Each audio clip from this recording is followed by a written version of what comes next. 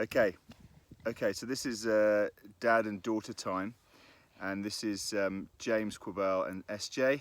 Hey gang. And Just want to say, guys, this is a resource for dads and daughters just to listen, just learn from our lives as we've kind of worked out how to do relationship as best as we can.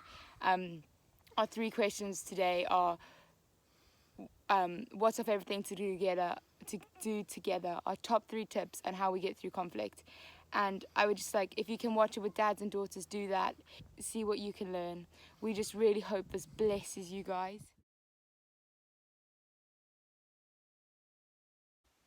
Hi everyone, I'm Phoebe. Hi everyone, I'm Simon, and Phoebe's dad. Phoebe's dad, I'm the daughter. Number 1 is, what is our favourite thing to do together? We said one of our things is the quality times we spend together in the kitchen. When we do a lot of like hanging out, we have quite the fun thing. So most nights what we'll do is we'll have like music playing while we're doing the washing up or something, and then it will evolve into like a dance competition, not even competition, just a dance occasion. It happens most of it's 10:30, pretty much on the dot. It just happens, and then often like after we'll just like be chatting and stuff, and then it's quite fun. I'm a big chatterbox and a bit of a night owl, and so I'll often I'll go upstairs with mum and dad. And she'll put us to bed now. Yeah. Which is great. So it's good role reversal, where we used to put Phoebe to bed, and then now she brings us, comes in and unwinds with us, and then we often will turn out the light as she's going. Yeah. And for those of you who probably just need peace and quiet, that will be a challenge, and it has often been a challenge at different times. Mum's big introvert. But we know, and I know that actually that those moments are so precious, and we grab them while they're there. We know that they won't be there forever, and I think we often talk about that. So would you say that's a good? I would agree. So there's question 1. There's question 1. So our first question is, what's our favourite thing to do together? We are midway through the cycle ride from Winchester to Eastbourne. We've just got to our home turf. We've got to Chanctonbury. It's about 60 miles we've completed, and we're feeling quite tired, but really quite invigorated. Anything that, for me, I think for the last 20 years with Sarah Joy, we've really enjoyed anything outdoors. Yeah. We both believe in nature hugs. So climbing trees, finding deep long grasses. In Africa, it was finding anywhere with a view that wasn't where you weren't going to get eaten or bitten. Harder than you think. Yeah, much harder than you think. So the principle goes for me is that the further I can see, the further I can think, and the more I can connect, be it with myself or especially with Sarah Joy. We've enjoyed some epic camping trips. So outdoors, with a view and some food. Yeah, biking, riding, running, whatever it is. Yeah. So question 2, which was top 3 tips. The first one, I think, has been trying to encourage her to be transparent. So I think this has happened over many years, but it's never too late to start, of course. You can start this at any time. But I think to model transparency. So Lucinda and I have often tried to model transparency, so we share our lives with each other, and we're not afraid to share the bigger things in life, but we are, fortunately, because we follow Jesus, we're able to always put it in the context of, it's a hopeful, always hope, Jesus is always going to come through, but I think we share our challenges. Like a line would be to encourage transparency through modelling it. Or modelling it to encourage it, and it's like been a big thing. I remember like when we were very young, me and Archie, I think I must have been around 5 or 6, maybe 5 or 4, lying in mum and dad's bed in the morning, and them sharing some news about work that was like seismic news, and mum crying, and it was a very tough time, but they shared it with us, and they invited us into it, and they invited us into We prayed together as a family, and it was the beginning, and it will always stay with me, that memory, because it was a time when both mum and dad invited us in a thing where most families probably wouldn't, most environments they wouldn't, but through that it's genuine. It has created such a culture of transparency. Building transparency in that way, you're also, we know that Jesus is going to come through. We just know it. We know that every time we face something, he is going to show up in some kind of way. He might well be surprising us, but we know that it's an opportunity to build faith. Yeah. So, that's why when we invite Jesus in after a transparent moment, we're building something very special there, because we're effectively building a testimony moment. Because he's going to produce a testimony. So number 2, I would say that I think for a father and a daughter, safety is like safety probably is one of the big things, and I think safety is built from building intimate moments, which again come through transparency. But safety in some ways is finding the moments to create an environment where that stuff can happen. So I think in our relationship it's come through a lot of physical touch, a lot of hugging, a lot of snuggling up, just a lot of taking those moments. I think back to story time way back. We would have we'd have these long story times, but we were always setting it up not to be rushing them, not to hurry them off, but to linger. And I think safety often is created when you just get to that moment and then you stay a bit longer. Yeah, it's one moment more. But the consistency, I think, was going to something... be our third point, maybe. Yeah, maybe our third point, of just the consistency that Dad showed in those moments, because it was like in every night, story time, bed and bath. It was a routine, and the consistency that it created, kind of like, I think you just build subconsciously with those moments, with those times of the reliance and the how reliable you are in a way. I think almost, and even like now, I had to make a big decision in the past few weeks, and Dad was working next door, just as he's during lockdown, and I came in and I had like a bit of time. He had a bit of time before his meeting, and he called me and he was like, "Phoebe's the middle of the workday," and he was like, "Phoebes, do you wanna are you around at 4:30 for just a half an hour, a little touchdown point?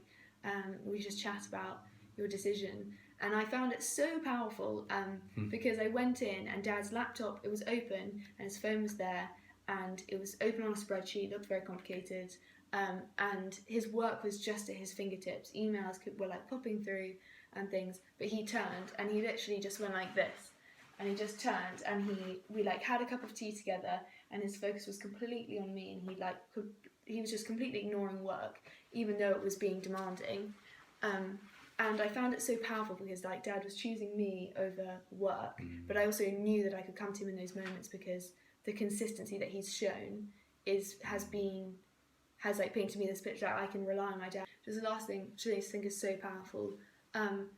I'm sure someone else probably mentioned it, but the love languages, understanding love languages. Yeah, we've talked through the years, we have talked about love languages. Yeah, but it's just, it's literally the most important thing. Mum and Dad tell the story of when they were first married, and Mum, if you don't know what the love languages are, look them up, learn about them, because it will change every single relationship you have in your life. But Mum and Dad tell the story of when they were first married. Mum was trying to love Dad through acts of service, and Dad was just like, "But I received love and quality time," and they were completely missing each other. Which is often the case. Because Mum shows her love in acts of service, because it's often how she receives it.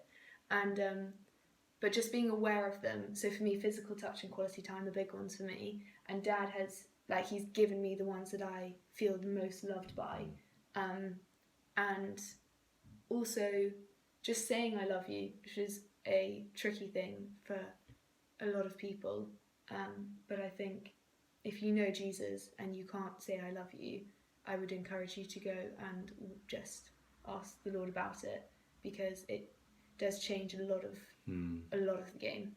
hearing those words. Our Okay. top 3 tips. Okay. So the first one is Dangerous dad dates or dangerous dates with dad. One-on-one time, taking her cycling, climbing. we love running together. Running together. We did a bridge swing together. Anything that means that there's something that, given of risk, that is safe, a calculated risk, but creates an endorphin hit and helps bond a memory. Yeah, makes memories. Yeah. That is the best thing. Is dates with dad are literally the best thing. I love them so much. They just Especially if they're dangerous. but they are like we love dad dates. Yeah, dangerous dates with dad. Second thing, Dirty dad's dirty jobs. Cleaning the shower sink. Whoa. Taking that hairball out of the shower. I've had to do that on a number of occasions. Sarah Joy is not so good at doing that one. But do the dirty jobs. Do the dishes together. Do the vacuuming, the cleaning, all that stuff. Dig some holes in the garden. Plant some stuff. Down and getting gritty. yeah. Nitty gritty stuff. And just doing that kind of, because it's the ordinary stuff as well. That The everyday stuff we do They- is really important for helping us bond and calming like, ourselves down. in that also being intentional about like chatting. So I was like, Dad, can we talk? And say, yeah, let's do the dishes together. Yeah. And just chatting in that. There's we something- found really helpful. Like chatting in the ordinary tasks. Yeah, it's called intentionalizing time. So we haven't got time to sit for half an hour, but we can do a task that needs to be done and Do it talk together. at the same time. Yeah. Because you're achieving something which feels good together and as well as connecting. Yeah. Number 3 was be really good at like knowing your needs, especially as like Oh, yeah. daughters. I think like Dad grew up in boarding school, so not used to all the hugs and affection. kisses. So when I Oh, need darling. lots No. of when I need lots of hugs and stuff, I just go, Daddy, please can I have a hug? And it's you always want to give Yeah, me a it's hug. making yourself very clear to your father of what you need, especially emotionally. Sadly for Sarah Joy, I did go to boarding school where they super glue your eye ducts closed when you arrive, and showing any kind of emotion other than "well done, jolly good shot" is not acceptable.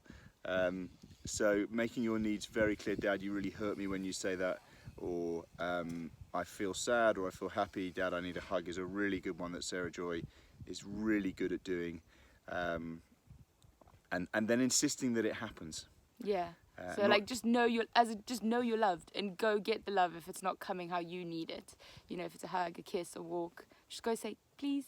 Last question. So the last question, which is how to approach tense moments. Yeah, if there's a conflict, what do we do? Or Yeah. a conflict or a tension Yeah. within our relationship.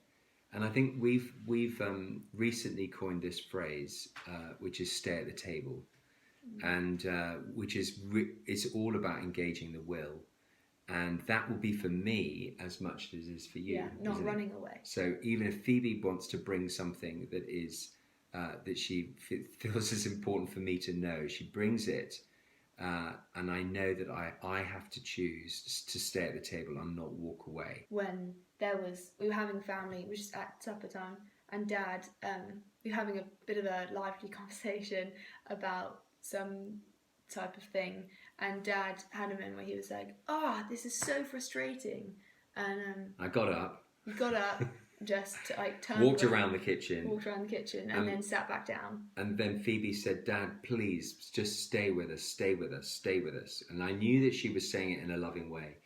I could hear the tone was just really encouraging. So that was one of the things we talked about earlier, which was it's all about encouraging each other to not walk away, just to say we love you, and you know this is not going to be the end of the world, but just stay and let me just say what I've got to say. And So we kind of unpack that. There's lots of things going on, choosing, encouraging by the others, but I mean Phoebe's been great at saying, you know, if I've upset her, she will just call it out, and she won't. She'll try not to delay, but she'll just call it out, and I think that's been, you know, motive being love. yeah. But for me with Phoebe, I've often had to fish a bit, so I've had to just encourage her to say, no, you're clearly upset, Phoebe. Come on, tell me what it is. You know, it's okay, and lots of A encouragement. lot of patience. Yeah, because- Dad's often, you know, the dads a dad wants to solve a problem often, and with a daughter you just want it to be fine. You know, you want to be able to read with sons and daughters, but I think that we need to choose not to solve the problem. We actually just need to choose to listen. And if we're invited to solve the problem, then fantastic. But the most important thing is just to listen to the problem, to listen to what's going on, and then encourage some kind of conversation. Yeah. And I think we've had lots of those, haven't we, over the years. And how we get through like conflicts and stuff. Like, I think we don't really have conflict. If you go to boarding school, there's no such thing as conflict. Just walk away. no, that's not true. That's the thing about it, is all relationships aren't perfect, and the fun thing is doing the ups and the downs together. That's what makes the relationship, and that's what creates the connection, which means when we're laughing, we're really laughing. When we're crying, we're really crying. Yeah, I think what we've learned is if it deal with it when it's a pinch before it becomes a punch. So if I've irritated Sarah Joy, or if she's irritated me, on the rare occasions she irritates me, to deal with it then, but also to deal with it kindly. I can be quite imposing. I sometimes have the name Darth Vader when I'm not being nice to everyone. So for me, it's to talk in a whisper if I'm upset, if I feel annoyed or cross, because it just, my tone, they normally agree with what's going on, that X, Y, Z or whatever, but it's my tone that can put people off. Here's the other daughter. Hey, come here, lovey. My tone can separate the connection, and actually what we're trying to do is find connection. Yeah, so like watching the tone, also being really quick to say sorry, because more often than not, you've both got it wrong, you know. And just being really humble, actually, even if you're feeling angry, I just go, well, I can't be that angry. If I'm angry, then just like humble yourself down and be like, I'm sorry. And then you can actually talk about something. Because if you're angry, you're not going to go anywhere. You're not going to be able to resolve a conflict. Yeah, and the best thing for Sarah Joy to do is to, Dad, here's a cup of tea. Even better, here's a cold beer. Have a, and then say, right, let's talk. Can we just talk this thing through? Yeah, so that's first. So don't be afraid of confrontation. You're going to get it every day of your life. yeah, the bit. Jerk the journey. So don't text, don't email, face to face, eye to eye. That's where the connection is mended and relationships are repaired. Yeah. I recommend every father and daughter take these questions as we have just done, and just chew them over. They're just great, thought-provoking questions. We've had a really good conversation from them. Loads of love from us. Yeah, loads of love. Thank you. Bye. Yeah, that's it from us. We hope this is really helpful. Lots and lots of love. Bye. Many blessings, guys. Many blessings.